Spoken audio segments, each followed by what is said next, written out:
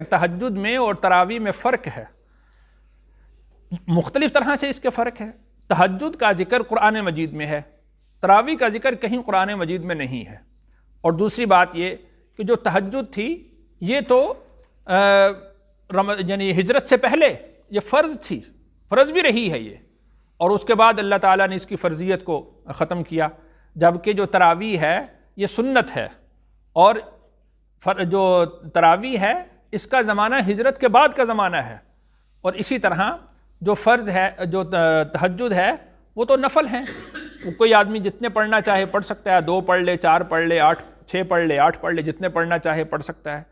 جبکہ تراویح یہ سنت مؤکدہ ہے،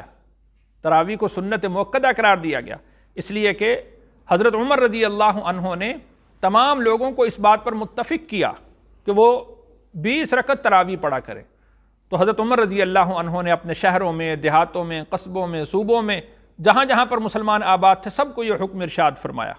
اور رسول اللہ صلی اللہ علیہ وسلم نے ارشاد فرمایا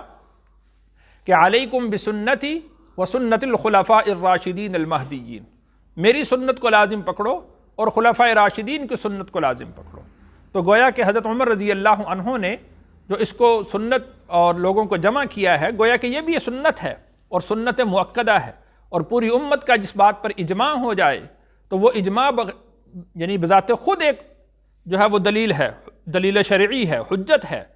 تو اس لیے اس طرح کی غلط فہمیوں میں کے اندر مبتلا نہیں ہونا چاہیے۔ اور اسی طرح تہجد میں اور تراویح میں ایک فرق یہ بھی ہے کہ تہجد کی جماعت کہیں سے ثابت نہیں، کسی کے عمل سے ثابت نہیں، نہ رسول اللہ صلی اللہ علیہ وسلم کے عمل سے، نہ صحابہ کے عمل سے، نہ اولیاء کرام کے عمل سے، جبکہ تراویح کی جماعت وہ صحابہ کرام کے عمل سے اور اجماع امت سے ثابت ہے۔ اسی طریقہ سے جو تہجد ہے،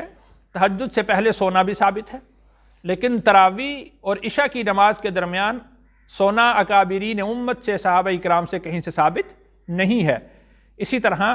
قرآن مجید کا پورا تلاوت کرنا یہ تراویح کی ایک باقاعدہ سنت ہے،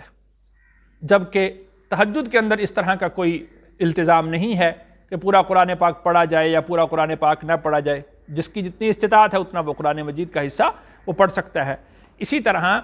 وطروں کی جو جماعت ہے وہ تراویح کے بعد خلفاء راشدین کی سنت سے ثابت ہے، جبکہ تہجد کے بعد وطروں کی جماعت کہیں سے ثابت نہیں ہے۔ تو لہٰذا تہجد الگ ہیں اور تراویح کی نماز الگ ہے۔